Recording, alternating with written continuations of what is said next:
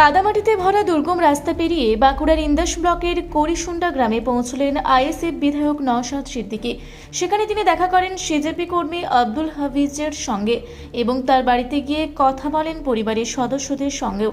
সম্প্রতি আব্দুল হাফিজকে ঘিরে তৈরি হওয়া পরিস্থিতির খবর জানতে এবং তার পাশে থাকার বার্তা দিতেই নওশাদ সিদ্দিকীর এই সফর বলে জানা গিয়েছে। গ্রামের কাঁচা কাদামাটির রাস্তা পেরিয়ে তার এইভাবে পৌঁছে যাওয়া স্থানীয় বাসিন্দাদের মধ্যেও নজর কেড়েছে। বাড়িতে পৌঁছে আব্দুল হাফিজের সঙ্গে দীর্ঘক্ষণ কথা বলেন নওশাদ সিদ্দিকী। তার কাছ থেকে সাম্প্রতিক ঘটনার বিস্তারিত জানতে চান। পাশাপাশি পরিবারের সদস্যদের সঙ্গেও কথা বলে তাদের পরিস্থিতির খোঁজ নেন তিনি। রাজনৈতিক মতপার্থক্য থাকলেও কোনো ব্যক্তি সমস্যায় পড়লে তার পাশে দাঁড়ানোর বার্তাই এই সফরের মাধ্যমে উঠে এসেছে বলে মনে করছেন স্থানীয়রা। বিশেষ করে প্রত্যন্ত গ্রামের কাদামাটির রাস্তা পেরিয়ে একজন বিধায়কের সরাসরি বাড়িতে পৌঁছে যাওয়ার ঘটনাকে তাৎপর্যপূর্ণ বলেই দেখছেন অনেকে। করিসুন্ডা গ্রামের বাসিন্দা আব্দুল হাফিজের বাড়িতে নওশাদ সিদ্দিকীর এই উপস্থিতি ঘিরে এলাকায় রাজনৈতিক মহলেও শুরু হয়েছে আলোচনা। তার সঙ্গে দেখা করার পর আব্দুল হাফিজ ও তার পরিবারের সদস্যদের মধ্যে স্বস্তির পরিবেশ তৈরি হয়েছে বলেও জানা গিয়েছে। নির্মল কুমার ধারা মহাশয় একবার স্কুল পরিদর্শনে গিয়েছিলেন। নিশ্চিতভাবে তিনি স্কুল পরিদর্শনে এই জন্যই গিয়েছিলেন শিক্ষার পরিকাঠামোর মান উন্নয়নের জন্য, কি পরিস্থিতি দেখার জন্য। তার সাথে তো কেউ খারাপ আচরণ করেনি। তিনি জনপ্রতিনিধি হিসাবে গিয়েছেন, আর এরা যুবকদের প্রতিনিধি হিসাবে আজকে সারা দেশে আজকে ঘুরছে। দেশের ভবিষ্যতের প্রতিনিধি হিসাবে এরা দেশে ঘুরছে। এটা কি অন্যায় করবে? তো যেই যাই বলুক না কেন, আইন আইনের পথে চলবে। কেউ যদি মনে করে আইনকে ভুল পথে চলাবে, তাকেও জবাব দিতে হবে।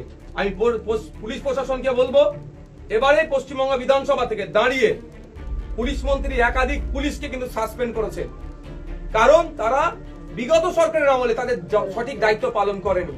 তাই আমি আজকে এখানে বলে যাচ্ছি, এক মাকেও শীত যায় না। যদি কেউ কোনো নেতা কেতার কথা শুনে ভুল ইনভেস্টিগেশন করে এই কেসকে বিপদে পরিচালনা করে, আগামী দিনে কিন্তু ফাইল খোলা হবে, সে পুলিশকেও ছাড়া হবে না। ভয় আউট ভরসা ইন, এটাই কি তার প্রমাণ? সেটা দেখাচ্ছে তো। আচ্ছা, কি অবস্থা হচ্ছে? কোনো জায়গায় কংগ্রেসের নেতাদেরকে গুলি করে খুন করছে, কোনো জায়গায় ন্যায়ের কথা, স্কুল এডুকেশন ডেভেলপমেন্টের কথা বলছে, তাদেরকে খুন হয়ে যেতে হচ্ছে। কোন পরিস্থিতিতে বাংলা দাঁড়িয়েছে? পরিবার সাথে কথা বললেন, নিউ মার্কেটে হোটেলে আগুন। আমি ওই আচ্ছা, এখানে আমাকে এই রিলেটেড মুখ্যমন্ত্রী বলেছেন যে মুখ্যমন্ত্রী দাবি করেছেন যে এই ঘটনায় বিজেপির কেউ জড়িত নয়, কি বলবেন? দেখুন, মুখ্যমন্ত্রী কি বললেন, জেপি নাড্ডাজি কি বললেন, শ্রমিক ভট্টাচার্য কি বললেন, তাতে আমাদের লেনা দেনা নাই। আমাদের অবস্থা একদম ক্লিয়ার। 5 জনের নাম সরাসরি প্রথমে দেওয়া হয়েছিল, যাদের আই উইটনেস হিসেবে মৃতর ছেলে যারা আছে তিনি দিয়েছেন। পরবর্তীতে গ্রামের মানুষের সাথে একাধিকবার আলোচনা করে, মানে ভেরি ক্রস চেকের জন্য যে আর কারা কারা ছিল তাদের নামগুলো দেওয়া আছে। তাদের রাজনৈতিক পরিচয় বিজেপি থাকবে, ছাড় পেয়ে যাবে, নন বিজেপি হলে ছাড় পাবে না, অত আমরা নয়। হ্যাঁ, আমরা যতটুকু খবর পেয়েছি, ওই যে ব্যক্তিটির নাম কি মাঝি, অষ্টম মাঝি বলে যে ব্যক্তিটি আছে, ও বিজেপির সাথে সরাসরি যুক্ত। পরিবার সাথে কথা বললেন, কি কথা হলো? আলোচনা হয়েছে কি কি হয়েছে, সমস্যা আগামী দিনে কিভাবে চলতে হবে। কি দাবি? পরিবারের ছেলে জাবির যেটা করেছে, তো আজকে আমাকে নতুন করে বলতে লাগবে না যে ক্ষতিপূরণের দরকার নাই। দরকার কি, যেই লড়াইয়ের জন্য এর পিতাকে হারিয়েছে, সেই লড়াই, যে একটা আন্তর্জাতিক মানের স্কুল। কেন হবে না? কেন হবে না? আমাদের স্কুল মৌলিক অধিকারের মধ্যে পড়ছে।